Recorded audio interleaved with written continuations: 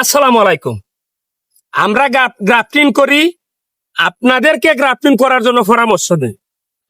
এখন গ্রাফটিং করলেই শুধু শেষ নয়, এখানে তিনটা গাছ দেখতে পাচ্ছেন, এই তিনটা কিন্তু আমাদের দেশীয় ভ্যারাইটি দিয়ে আমরা গ্রাফটিং করেছিলাম।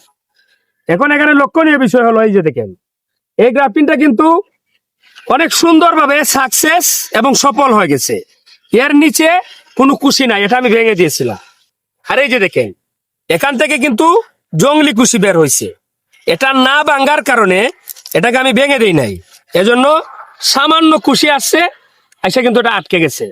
এই যে আমি এখন এটাকে ভেঙে দিলাম, এখন কিন্তু এটার মধ্যে কুশি চলে আসবে। এদিকে আরেকটা দেখেন, কুশি আসছিল, আইসে আবার আটকে গেছে। তার কারণ হলো এই যে জংলি কুশিগুলা, এগুলা খাবার টানা শুরু করে দিয়েছে, যার কারণে এটা খাবার পাচ্ছে না, কুশি আসতেছে না। কাজে যারা গ্রাফটিং করবেন কিংবা গ্রাফটিং এর ছাড়া রোপণ করবেন, ঘাসের প্রতি খেয়াল রাখবেন, গ্রাফটিং এর নিচে যেন জংলি কুশি বের না হয়। আর যদি বের হয় তাহলে এভাবে আমার মতো ভেঙে দিবেন। ভালো থাকবেন, আল্লাহ হাফেজ।